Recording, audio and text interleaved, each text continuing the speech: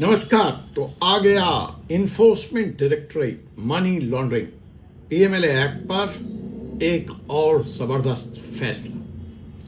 जी हां, अभी national Herald case की आहट कम भी नहीं हुई थी कि ये रहा ईडी की ताकत पर कोर्ट के द्वारा लगाया गया, उठाया गया एक बड़ा सवाल। ECIR, ईडी की भाषा में FIR, उसकी सच्चाई क्या है, उसकी ताकत क्या है, उसका प्रोसेस क्या है और पीएमएलए लॉ कैसे आए दिन लगातार एक्सपोज हो रहा है। जी हां, हम बात करेंगे इस ब्रेकिंग न्यूज एनालिसिस में नेशनल हेराल्ड केस में ईडी की इन्वेस्टिगेशन पर जो सवाल उठा है। हम बात करेंगे क्या प्रीडिकेट ऑफेंस के बिना भी पीएमएलए केस चल सकता है। हम बात करेंगे इलाहाबाद हाई कोर्ट और पंजाब हाई कोर्ट के ताजा जजमेंट की, जिसने ईडी की ताकत पर, ईडी की कार्यप्रणाली पर, ईडी की पावर पर कई सवाल खड़े कर दिए। इस वीडियो में जानिए ECIR वर्सेस FIR, क्या फर्क है दोनों में, नेशनल हेराल्ड केस की असली कहानी, क्या प्रीडिकेट ऑफेंस पे स्टे लगने के बाद ईडी इन्वेस्टिगेशन जारी रख सकती है। हम जवाब देने का प्रयास करेंगे। एक्विटल के बाद आखिर ईडी केस में, मनी लॉन्ड्रिंग केस में प्रॉपर्टी रिलीज हो सकती है।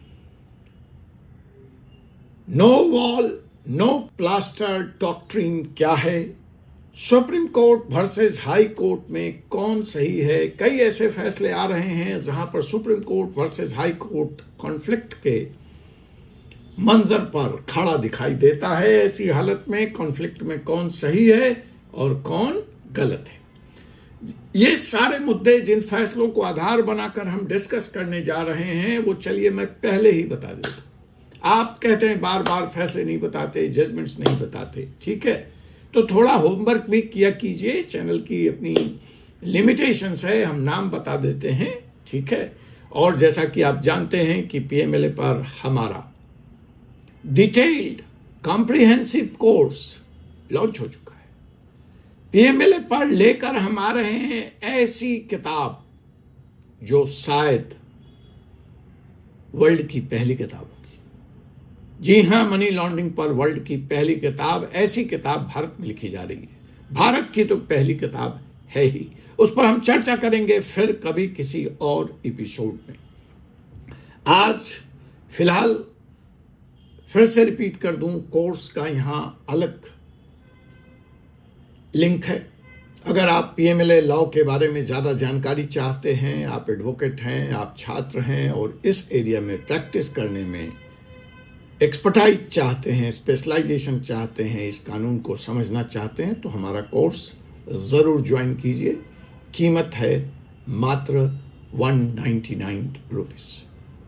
फिलहाल शुरुआती 50 लोगों के लिए, उसके बाद आपको जो भी कोर्स का मॉडल होगा, अलग अलग ज़रूरत के हिसाब से अलग अलग मॉड्यूल है, लेकिन अभी जो ये इंट्रोडक्टरी कोर्स हम लेकर आ रहे हैं वो उपलब्ध है मात्र 199 रुपीज़ पर, पहले 50 रजिस्ट्रेशन के लिए, ठीक है। तो आज जिन जजमेंट्स को हम यहाँ डिस्कस करने जा रहे हैं वो है Satendra Singh versus State of UP, Allahabad High Court, दिसंबर 2025 latest judgement.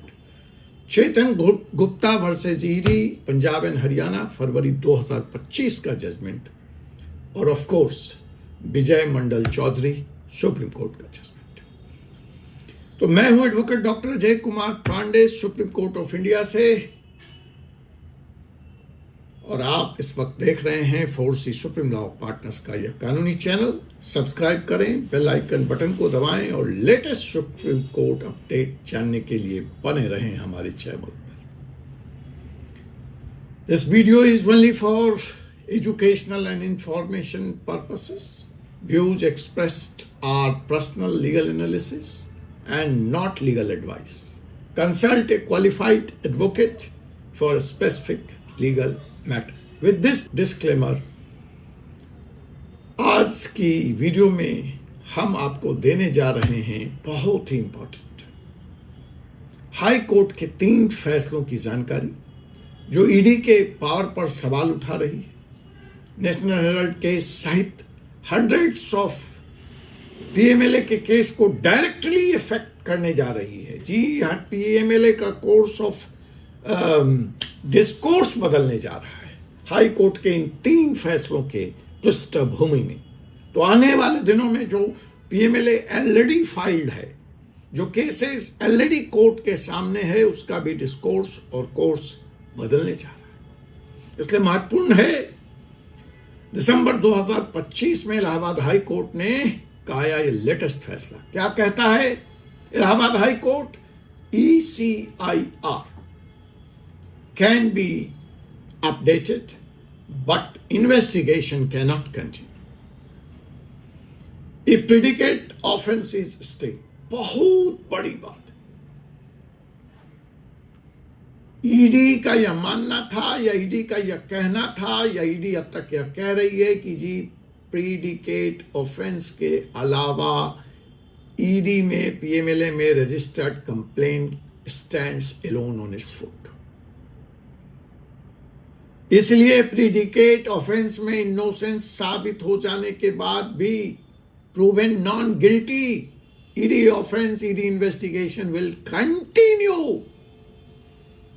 That was the stand taken by ED in 100 of the cases. But now Allahabad High Court has came heavily on it. And its latest judgment, the High Court is saying, no, once predicate offense is stayed, the investigation under Money Laundering Act has to be stayed. फरवरी 2025 में Punjab and Haryana High Court ने कहा no wall no plaster, except acquittal means PMLA case closed. No wall no plaster, acquittal means PMLA gone. Chidambaram ji को बड़ी तकलीफ हो रही होगी। इसके रचयिता, इसके पोएट, इसके लेखक वही। खैर, चिदम्बरम जी, आपने उसकी कीमत चुकाई, आपकी पार्टी ने उसकी कीमत चुकाई। लेकिन यह तो 2 कोर्ट की जजमेंट हुई। ग्राउंड रियलिटी क्या है? ईडी कैसे काम कर रही है या ईडी कैसे काम करती है? ईडी कहती है कि जी प्रीडिकेट ऑफेंस में कुछ भी हो, हमारा तो स्टैंड अलोन है and we will continue the investigation. Property भी अटैच रहेगी और एक्यूज्ड अभी भी कोर्ट के चक्कर लगा रहे हैं। सच्चाई ये है, तर्क सच्चाई ये है। तो आज एक मैच है, एक केस है लीगल वर्सेस रियलिटी का। हाई कोर्ट साफ साफ कह रहा है predicate offence gone, PMLA gone. But सच में ऐसा है क्या? सच में ऐसा हो रहा है क्या? जी नहीं। और इसी बात की कि कानून क्या है, हाई कोर्ट के जजमेंट क्या है और ग्राउंड जीरो पर क्या हो रहा है, इसी का पोस्टमार्टम करेंगे, इसी का लीगल एनालिसिस करेंगे, डीप लीगल एनालिसिस। और इस बात को सही तरीके से समझने के लिए जरूरी है कि आप इस वीडियो को अंत तक देखिए, जहां मैं आपको बताऊंगा कि अगर आप या आपका फैमिली मेंबर पीएमएलए केस में है, अब इस 2 जजमेंट के आने के बाद आपका स्ट्रेटजी, नई रणनीति, नया एक्शन प्लान क्या होना चाहिए। पहले समझते हैं ECIR, नए लोगों के लिए जो चैनल पे पहली बार आए हैं, जो पीएमएलए कानून से अवगत नहीं है। तो सिंपल भाषा में ECIR आम लोगों के लिए आप उसको पुलिस की तरह FIR ही मान लीजिए, प्रथम सूचना रिपोर्ट। एग्जैक्ट नहीं है, it's not a name change, but simple भाषा में डिटेल में मैं बता देता हूं कि दोनों में फर्क क्या है। ECIR का मतलब होता है इन्फोर्समेंट केस इंफॉर्मेशन रिपोर्ट। यह ईडी का एक इंटरनल डॉक्यूमेंट है जब उन्हें लगता है कि मनी लॉन्ड्रिंग हुई है तो ECIR वो खोलते हैं। बट कैच है, यहां पर एक कैच है, इतना सिंपल नहीं है। FIR तो CRPC में डिफाइंड है, सेक्शन 154। एक्यूज्ड को कॉपी मिलती है, मैंडेटरी रजिस्टर होनी होती है, तब इन्वेस्टिगेशन शुरू होती है। ECIR PMLA एक्ट में कहीं मेंशन ही नहीं, एक्ट में कहीं भी नहीं। ना यह स्टैच्यूटरी डॉक्यूमेंट है, ना एक्यूज्ड को इसकी कॉपी दी जाती है या मिलती है। सुप्रीम कोर्ट ने विजय मदन लाल चौधरी केस में कहा कि ECIR is not equal to FIR। तो क्वेश्चन यह है कि अगर इफ ECIR सिर्फ एक इंटरनल डॉक्यूमेंट है तो उसके आधार पर ईडी अरेस्ट कैसे कर लेती? जब वह कोई स्टैच्यूटरी डॉक्यूमेंट है ही नहीं तो उसके आधार पर प्रॉपर्टी अटैच कैसे होती? बड़ा सवाल है। Punjab and Haryana High Court ने 2024 में इस पर अपना मत दिया और उसने पूछा कि क्या ECIR is only an internal document? सोचिए, थिंक अबाउट इट। अगर यह सिर्फ एक इंटरनल डॉक्यूमेंट है तो एक्यूज्ड को ग्राउंड्स ऑफ अरेस्ट कैसे पता चले, जो कि उसका संवैधानिक अधिकार है? वह बेल के आधार पर अप्लाई करेगा? वह 482 का पिटीशन कैसे फाइल करेगा? तो यह एक पहला लीगल कॉन्ट्रडिक्शन है जिससे अब भी हिंदुस्तान की अदालतें स्ट्रगल कर रही हैं, लेकिन यह अभी तक रिजॉल्व नहीं हुआ है। नेशनल हेराल्ड केस मौजूद है, बात करनी पड़ेगी। 2012 में एक प्राइवेट कंप्लेंट सुब्रमण्यम स्वामी फाइल करते हैं पटियाला हाउस कोर्ट, जिसमें समन्स इशू होती है section 403, 406, 420, 120B IPC 2014, sorry IPC 2013 में सुब्रमण्यम स्वामी एक प्राइवेट कंप्लेंट फाइल करते हैं एंड समन इशू होती है सेक्शन 403, 406, 420, 120B। 2014 में दिल्ली हाई कोर्ट प्रोसीडिंग्स को क्वैश करने से मना कर देती है। 2015 और 2019 में मल्टीपल बेल एप्लीकेशंस फाइल होती है, ट्रायल कोर्ट की प्रोसीडिंग्स शुरू हो जाती है। 2019 में ईडी जो है प्रेडिकेट ऑफेंस के आधार पर ECIR रजिस्टर कर लेती है। 2022 में ईडी समन करती है, इंट्रोग्रेशन शुरू होता है और 2023 और 24 में प्रॉपर्टी भी अटैच हो जाती है। मल्टीपल कोर्ट हियरिंग्स शुरू हो जाती है। आप जैसा कि जानते हैं कि सोनिया गांधी, प्रियंका गांधी, राहुल गांधी, ये सब इस केस में नामजद है। अब यहाँ पे जो सवाल है कि जब ओरिजिनल ऑफेंस जो प्रेडिकेट ऑफेंस है वो पेंडिंग है कोर्ट में, ना तो वहां कोई ट्रायल कन्विक्शन हुआ है और ना ही एक्विटल हुआ है, तो ईडी की PMLA में इन्वेस्टिगेशन किस बेसिस पे चल रही है? Specially in the light of backdrop of the Allahabad High court, जो ये कह रही है कि अगर प्रेडिकेट ऑफेंस स्टे है तो ईडी की इन्वेस्टिगेशन कंटिन्यू नहीं चल सकती। अब अगर कानून पे देखते हैं तो सेक्शन 3 PMLA का कहता है कि ऑफेंस ऑफ मनी लॉन्ड्रिंग तभी बनता है जब प्रोसीड्स ऑफ क्राइम हो, और प्रोसीड्स ऑफ क्राइम को PMLA के section 2 subsection 1 subsection U define करता है। Property derived from criminal activity relating to scheduled offence, scheduled offence से मनी डिराइव की गई हो क्रिमिनल एक्टिविटीज से, तो अगर शेड्यूल्ड ऑफेंस अभी प्रूव ही नहीं हुआ, वो अभी चल रहा है, तो क्रिमिनल ऑफेंस कैसे प्रूव होगा? क्रिमिनल एक्टिविटी कैसे प्रूव होगा? और जब क्रिमिनल एक्टिविटी प्रूव नहीं हुआ तो उससे प्रोसीड्स ऑफ क्राइम आया या नहीं हुआ, ये कैसे प्रूव होगा? और किस आधार पे आपने प्रॉपर्टी अटैच कर ली? देखिए, Punjab and Haryana High Court ऐसे ही केस में, चेतन गुप्ता केस में कहा, if there is no wall there is no plaster. अगर दीवार ही नहीं है तो प्लास्टर कहां लगा रहे हो भाई? तो predicate offence is the wall and PML is the plaster on it. So no wall, no plaster. But अब अभी दीवार बन ही रही है, प्रिडिकेट ऑफेंस ट्राई हो ही रहा है, मेन ऑफेंस ट्राई हो ही रहा है, दीवार खड़ी ही हो रही है, कंस्ट्रक्शन स्टेज में ही है, तो आप उस पर प्लास्टर कैसे लगा देंगे? खैर, प्लास्टर तो छोड़िए, अब तो Punjab and Haryana High court को आगे चलेगा, अब तो उस पर पेंट और नक्काशी और पता नहीं ट्यूबलाइट और स्विच सब लगा रही है ईडी। तो खैर, ये तो हुई Punjab and Haryana High Court की बात। अब आते हैं असली वाला, रिसेंट बॉम्ब सेल जजमेंट। यहां आ गया इलाहाबाद हाई कोर्ट, और ये आ गया दिसंबर अभी हाल में, Satendra Singh Bhasin versus State of UP. क्या कह दिया हाई कोर्ट ने?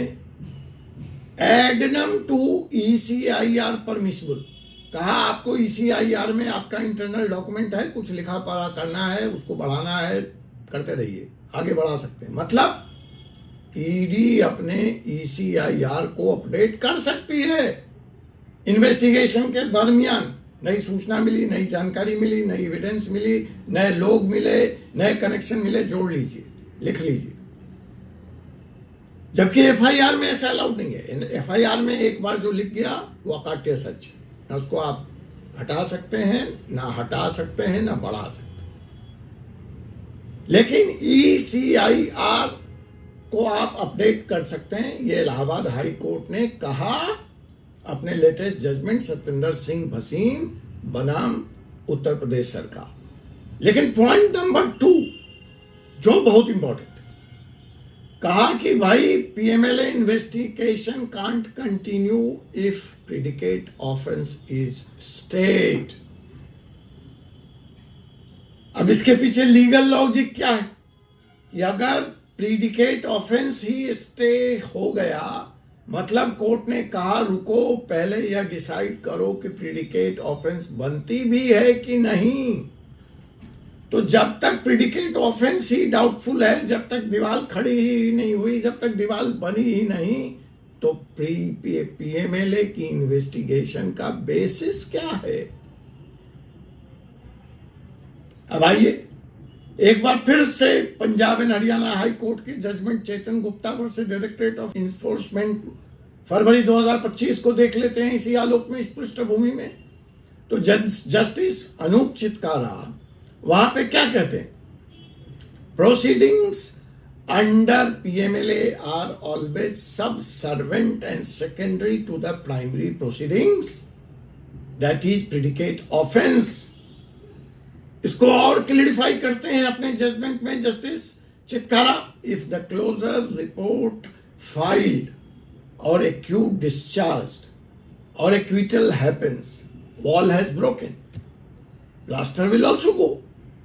अगर प्रिडिकेट ऑफेंस ही डिसाइड हो गया, एक्विटल हो गया, स्टे हो गया, तो दीवार तो गिर गई जिस पे प्लास्टर खड़ा था। तो जब दीवार ही नहीं है तो प्लास्टर का क्या काम? प्लास्टर कोई स्टैंड अलोन तो खड़ी नहीं है, प्लास्टर तो दीवार नहीं है, मतलब प्रिडिकेट ऑफेंस भी खत्म हो गया, पीएमएलए प्रोसीडिंग्स ऑटोमेटिक खत्म मान ली जाएगी। और कोर्ट ने सख्त वार्निंग दी ईडी को, you can not continue investigation under the pretext that appeal is pending. अब यहां पर ईडी खेल क्या करती थी या करती है, वह यह है कि वह अपील फाइल करती थी, and under the grab of this appeal they keep on continuing the investigation. तो पंजाब हरियाणा हाईकोर्ट ने उनकी इस चालाकी को, उनके इस गैर कानूनी कृत्य को पकड़ लिया और बड़ी सख्त अंदाज में उनको चेतावनी दी कि भैया under the pretext that appeal is pending or decision is yet to be taken, you cannot continue with the investigation. This affects the mental health of the accused. तीसरा जजमेंट और देख लेते हैं, अगर आप यहां इस सब पूरी बात से सच्चाई से सहमत नहीं है। Punjab and Haryana High court March 2024 Sikandar Singh case division bench क्या कहता है? यहां stay on FIR does not bar ED from registering ECIR. कहता है एफआईआर पे स्टे लग गई, लेकिन ईसीआईआर अगर ईडी चाहे तो खोल सकती, बट साथ में एक कंडीशन देती है, कोर्ट क्लैरिफाई करती है, stay means no investigation during interim order. But ECIR registration, जो कि एक कोर्ट की भाषा में, कोर्ट की समझ में, कानून की भाषा में एक एडमिनिस्ट्रेटिव क्लर्कियल एक्ट है भाई, उसकी कोई स्टैच्यूटरी वैल्यू नहीं है, इसलिए वो हो सकती। बट खेल तो यही है कि एक तरफ हम इसको एडमिनिस्ट्रेटिव और क्लर्कियल वैल्यू का डॉक्यूमेंट बताते हैं, लेकिन साहब उसी पे अरेस्ट हो जाती है, उसी पर पूरी प्रोसीडिंग्स चलती है और उसी पर ED predicate offence non guilty भी प्रूव होने के बाद चलाती रहती है और अरेस्ट भी करती है और प्रॉपर्टी सीज भी कर लेती है। सो जो जमीनी हकीकत है वह कोर्ट के इन जजमेंट से अलग है, ग्राउंड रियलिटी अलग है। लीगल पोजीशन तो कहती है registration is not equal to investigation and that is not equal to prosecution. इसीलिए ईडी ईसीआईआर रजिस्टर कर सकती है, बट वो इन्वेस्टिगेशन नहीं कर सकती स्टे के दरमियान। अब इस पूरे मसले को, इन चारों फैसलों को, हाई कोर्ट के हैं, इनको एक तरफ रख के जरा सुप्रीम कोर्ट को देख लेते हैं। सुप्रीम कोर्ट इस मसले पर क्या कहता है?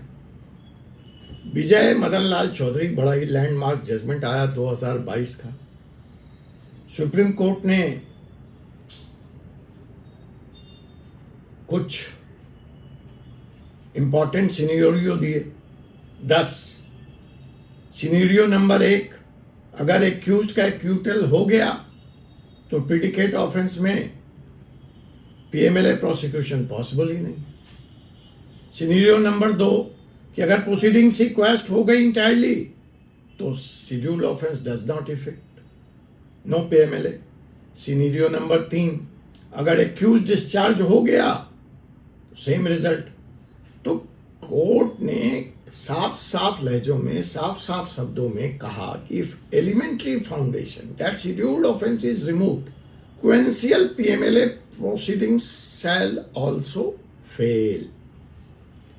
बट सच्चाई तो डिफरेंट है। ग्राउंड पर क्या हो रहा है? प्रॉपर्टीज अभी भी अटैच है एक्विटल के बाद।